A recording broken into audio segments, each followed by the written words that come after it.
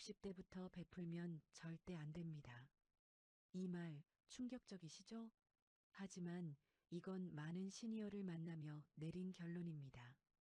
오늘 이 영상에서 여러분이 평생 옳다고 믿었던 베풀미 사실은 여러분의 노후를 파괴하고 있다는 진실을 말씀드리겠습니다. 그리고 지금 당장 멈춰야 하는 이유 7가지를 구체적으로 알려드릴 겁니다. 여러분, 혹시 이런 경험 있으신가요? 자녀가 전세금 부족하다고 하면 퇴직금 통장 열어주고 손주 보러 갈 때마다 용돈 챙기고 친구들 생일이며 회갑이며 빠짐없이 챙기느라 한 달 생활비 순식간에 사라지는 거 말이에요. 통장 잔고는 점점 줄어드는데 막상 병원에서 큰돈 쓸 일 생기면 치료비가 부담돼서 한 번 더 고민하게 되시죠. 친구들이 여행 가자고 하면 돈 때문에 슬쩍 피하게 되고요. 그런데 이상한 건 베풀수록 사람들은 더 당연하게 여긴다는 겁니다. 고맙다는 말도 점점 줄어들고요.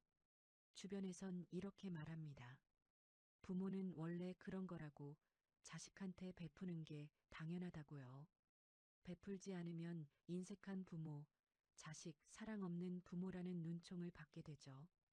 그래서 여러분은 더 열심히 베풀었을 겁니다. 더 많이 주고, 더 자주 챙기고, 더 아낌없이 내어주셨을 거예요. 그런데 말입니다. 이건 완전히 잘못된 겁니다. 60대부터 베풀면 절대 안 됩니다. 이건 제가 드리는 충격요법이 아니에요.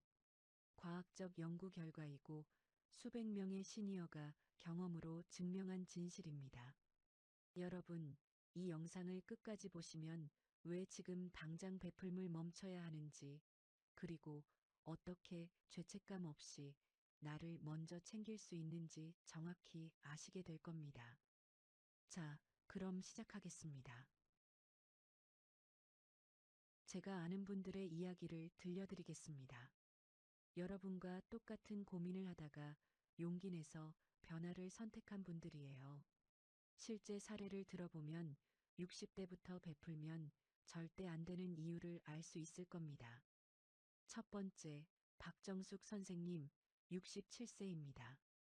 남편과 함께 작은 슈퍼마켓을 운영하다 은퇴하신 분이에요. 퇴직 후 아들 둘한테 전세금 도와주고 손주들 학원비 대주고 매달 생활비도 보태주셨답니다. 부모니까 당연하다고 생각하셨대요. 그런데 3년쯤 지나니까 문제가 생겼답니다. 무릎이 아파서 병원에 가야 하는데 치료비가 부담돼서 계속 미루게 되더래요. 친구들이 제주도 여행 가자고 해도 다음에라고 거절하게 되고요. 통장엔 노후 자금으로 쓸 돈 빠듯하게 남아있는데 아들들은 여전히 돈이 필요하다고 연락하더랍니다. 결정적인 순간이 왔대요.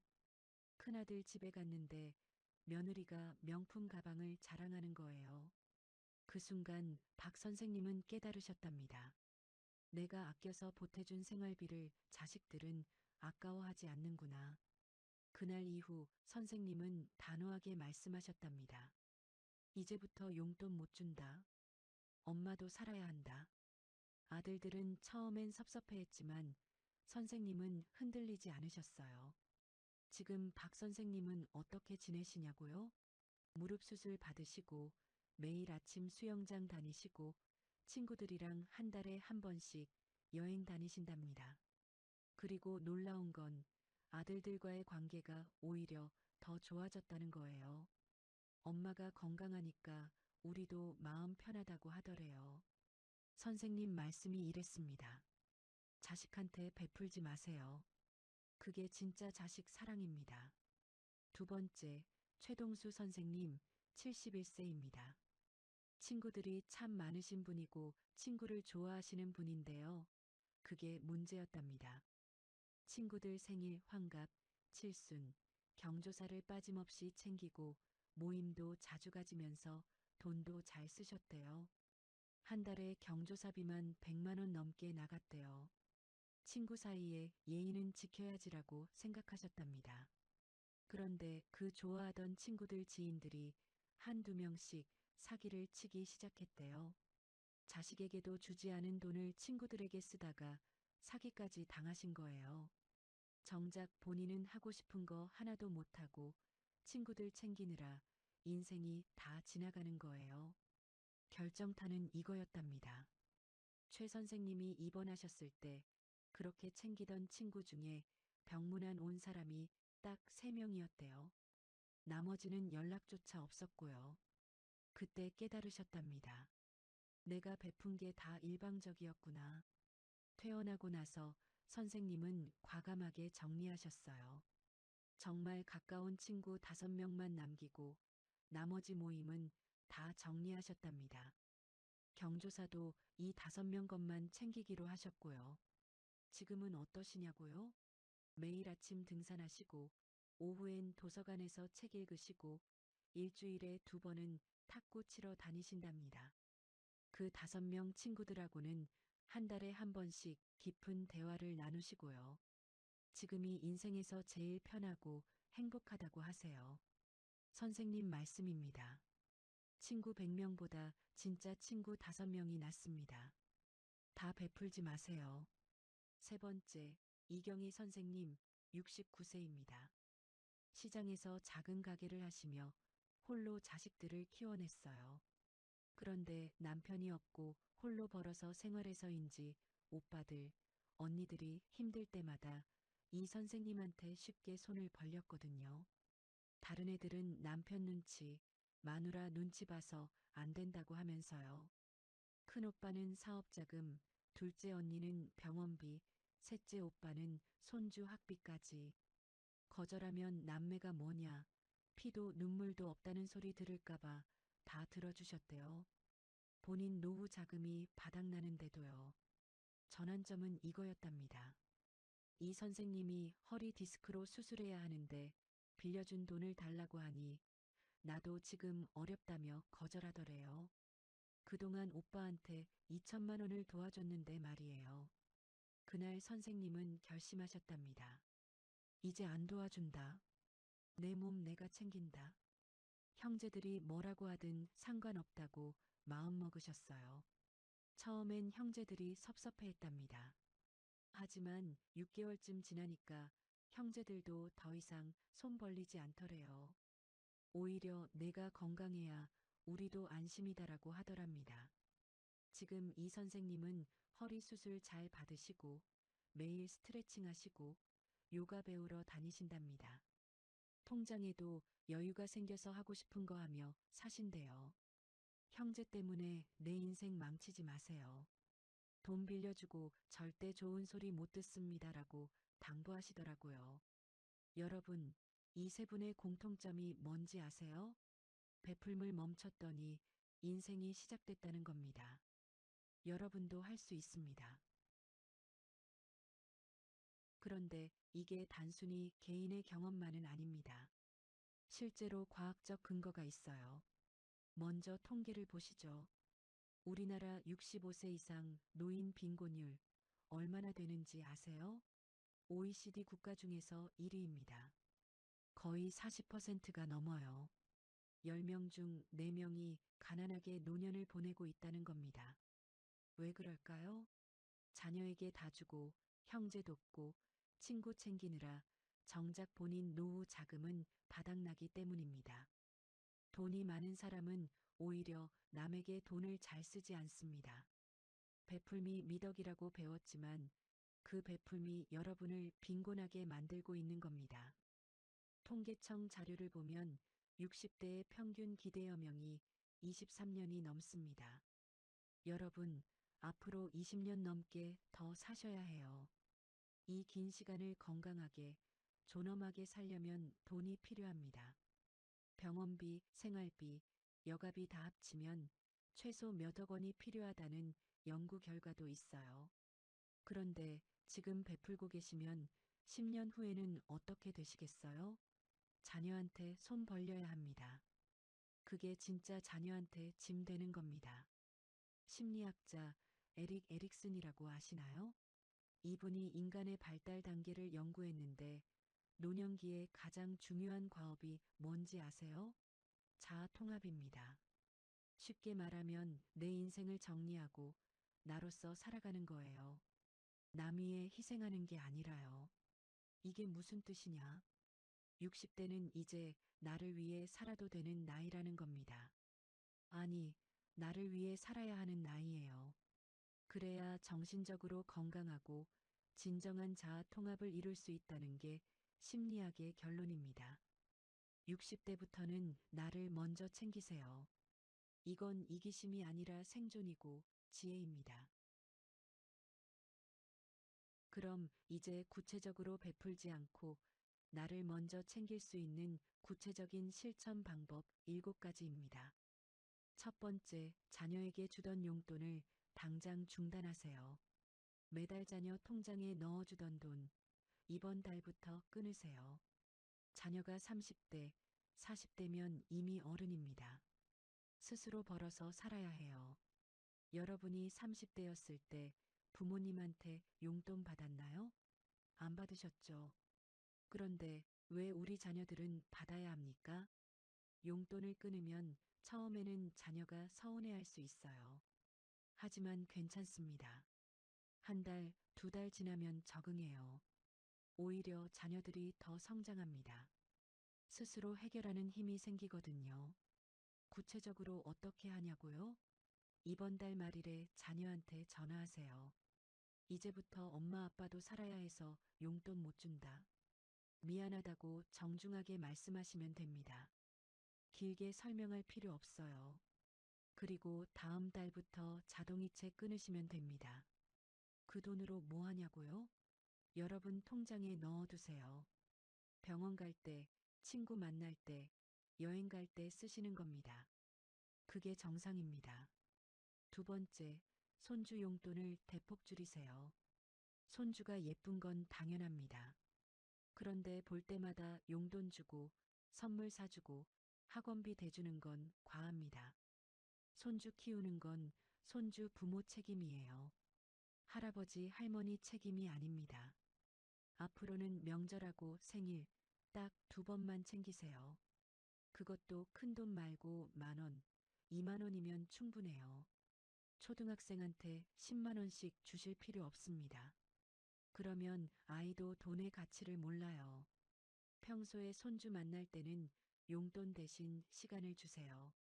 공원 산책, 함께 밥 먹기, 이야기 나누기.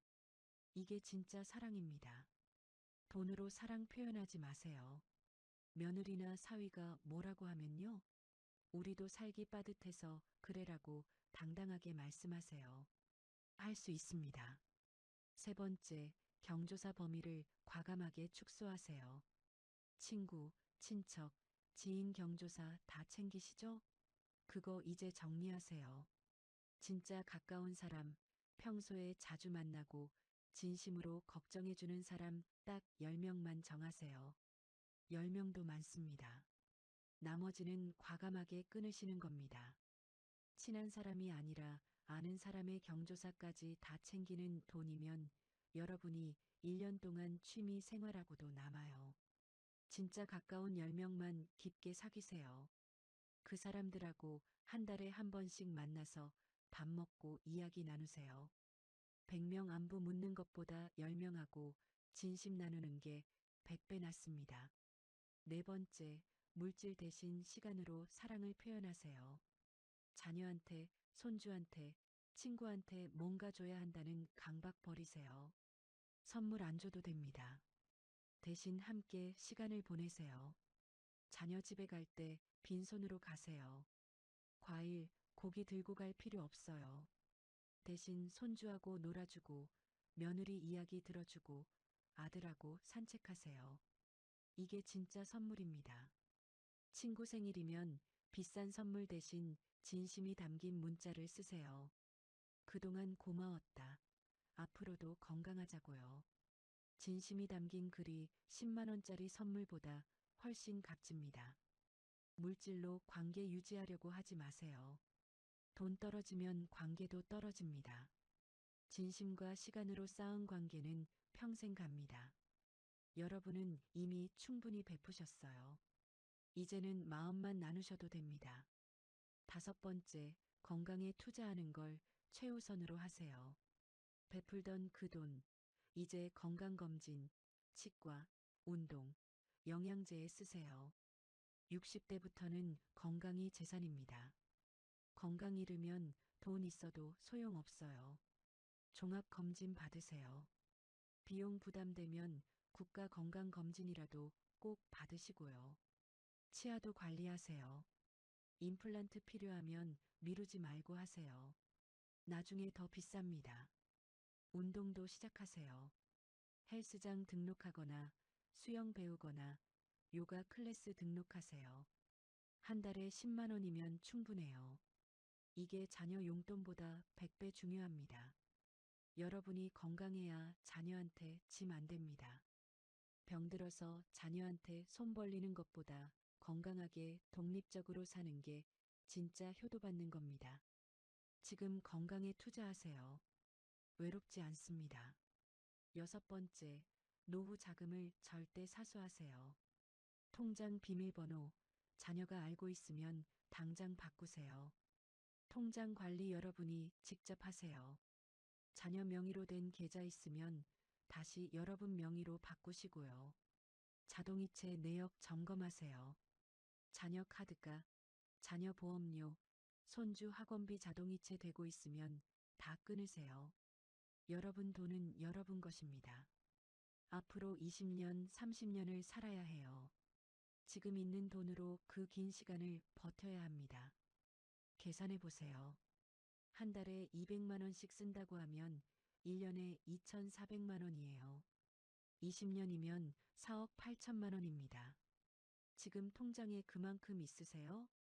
없으면 더더욱 한 푼도 베풀면 안 됩니다.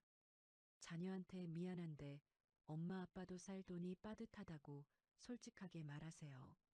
자녀가 진짜 효자 효녀면 이해합니다. 할 수 있어요. 7번째, 거절하는 연습을 시작하세요. 이게 제일 중요합니다. 안 돼, 못해, 미안해, 이 세 마디를 연습하세요. 거울 보고 소리내서 말해보세요. 미안한데 이번엔 못 도와줘. 이렇게요. 자녀가 돈 달라고 하면 엄마도 돈 없어라고 하세요. 친구가 경조사 오라고 하면 몸이 안 좋아서 못 가라고 하세요. 형제가 돈 빌려달라고 하면 나도 여유 없어라고 하세요. 처음엔 죄책감 들 거예요. 가슴이 아플 수도 있어요. 괜찮습니다. 그게 정상입니다. 평생 베풀며 사셨는데 갑자기 거절하면 당연히 어색해요. 하지만 한 번, 두 번, 세 번 하다 보면 익숙해집니다. 그리고 신기하게도 거절해도 관계가 안 깨져요. 오히려 더 건강해집니다. 진짜 가족, 진짜 친구는 여러분이 거절해도 이해하거든요. 여러분, 지금까지 제가 말씀드린 7가지 중에서 하나라도 해보고 계신 게 있나요? 있다면 댓글로 번호를 남겨주세요. 여러분의 경험이 다른 분들께 큰 힘이 됩니다. 그리고 구독과 좋아요 눌러주시면 더 많은 시니어 분들께 이 메시지가 전달될 수 있습니다. 여러분이 누르는 좋아요 하나가 누군가의 인생을 바꿀 수 있어요. 여러분, 마지막으로 꼭 하고 싶은 말이 있습니다. 60대부터는 베풀지 마세요. 이 말, 처음엔 충격적이셨을 거예요. 평생 베푸는 게 미덕이라고 배우셨잖아요. 하지만 진짜 미덕은 여러분 자신을 지키는 겁니다. 베풀물 멈추는 게 이기적인 게 아니에요. 그게 생존이고 지혜입니다. 여러분, 돌아보세요. 지금까지 얼마나 열심히 사셨어요. 20대엔 가난한 집안 일으키느라, 30대엔 자녀 키우느라, 40대엔 자녀 학비 대느라, 50대엔 자녀 결혼시키느라 평생을 바치셨잖아요. 단 하루도 여러분 자신을 위해 쓰지 못하셨어요. 충분히 베푸셨습니다. 아니, 너무 많이 베푸셨어요. 이제는 멈춰도 됩니다. 그게 나쁜 부모가 아니에요. 그게 자녀를 위한 진짜 사랑입니다. 왜냐고요? 여러분이 건강하고 독립적이어야 자녀들도 마음 편하게 자기 인생 살거든요. 병들고 가난한 부모 모시는 것보다 건강하고 당당한 부모 뵙는 게 자녀들한테도 훨씬 좋아요. 베풀물 멈추는 게 사랑을 멈추는 게 아닙니다. 오히려 더 건강한 사랑의 시작이에요. 돈으로 관계 유지하는 게 아니라 진심으로 관계 맺는 거예요. 의무가 아니라 자발적으로요. 여러분, 앞으로 20년, 30년을 더 사셔야 해요. 이 긴 시간을 건강하게, 존엄하게, 행복하게 살 권리가 있어요. 그러려면 지금 있는 돈을 지키셔야 해요. 지금 건강에 투자하셔야 하고요. 오늘부터 시작하세요. 작은 것부터요. 자녀한테 주던 용돈 한 번만 안 주는 거, 경조사 한 번만 안 가는 거, 그것부터 시작하시면 됩니다. 할 수 있어요. 그러면 3개월 후, 6개월 후, 1년 후에 완전히 달라지실 겁니다. 통장 잔고가 늘어나 있을 거예요. 몸이 더 건강해져 있을 거고요. 마음도 훨씬 가벼워져 있을 겁니다. 그리고 신기하게도 자녀들, 친구들과의 관계도 더 건강해져 있을 거예요. 여러분 인생의 마지막 장은 여러분이 쓰는 겁니다. 남이 쓰는 게 아니에요. 자녀가 쓰는 것도 아니고요. 여러분이 주인공이에요. 당당하게 사세요. 하고 싶은 거 하시고, 먹고 싶은 거 드시고, 가고 싶은데 가세요. 충분히 베푸셨어요. 이제는 받으며 사세요. 받는 게 부끄러운 게 아니에요. 당연한 겁니다. 여러분은 그럴 자격이 충분해요. 건강하세요. 행복하세요. 그리고 당당하세요. 여러분을 진심으로 응원합니다. 이 영상이 도움이 되셨다면 구독과 좋아요 부탁드립니다. 그리고 댓글로 여러분의 이야기를 들려주세요. 여러분의 한마디가 다른 분들께 큰 용기가 됩니다. 감사합니다.